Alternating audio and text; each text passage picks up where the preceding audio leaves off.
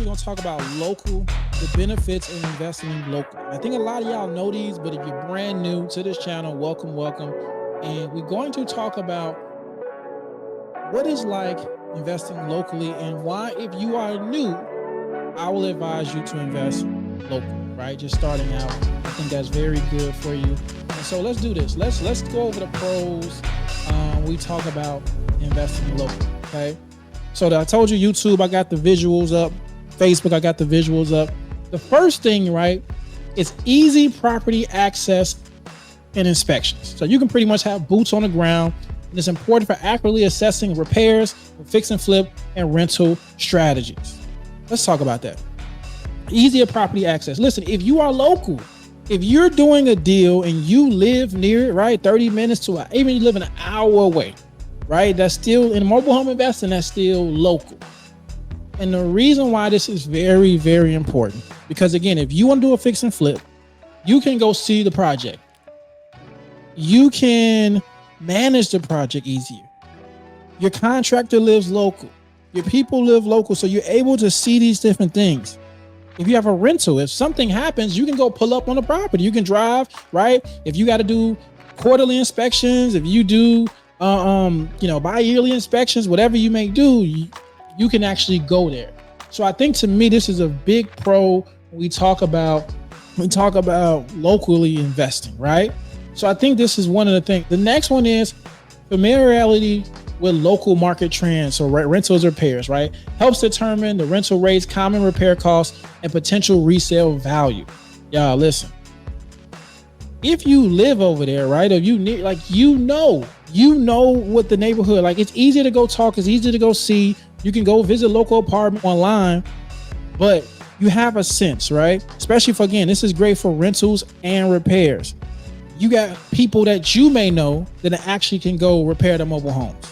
This is very important. I think sometimes we forget it, right? You may have a cousin so they can do some local, some smaller handiwork, paint, right? They can do some cleaning up. They may not be too handy. You're not going to have them go repair a sink or have them repair the plumbing, electricity, but you still have someone local that you can still rely on. And you know the market, you understand it because it is local to you. So that is definitely a pro.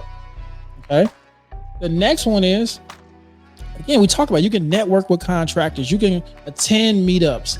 You can attend different things. You can ask your homies and everything about, who do you use for this property, right? It saves time.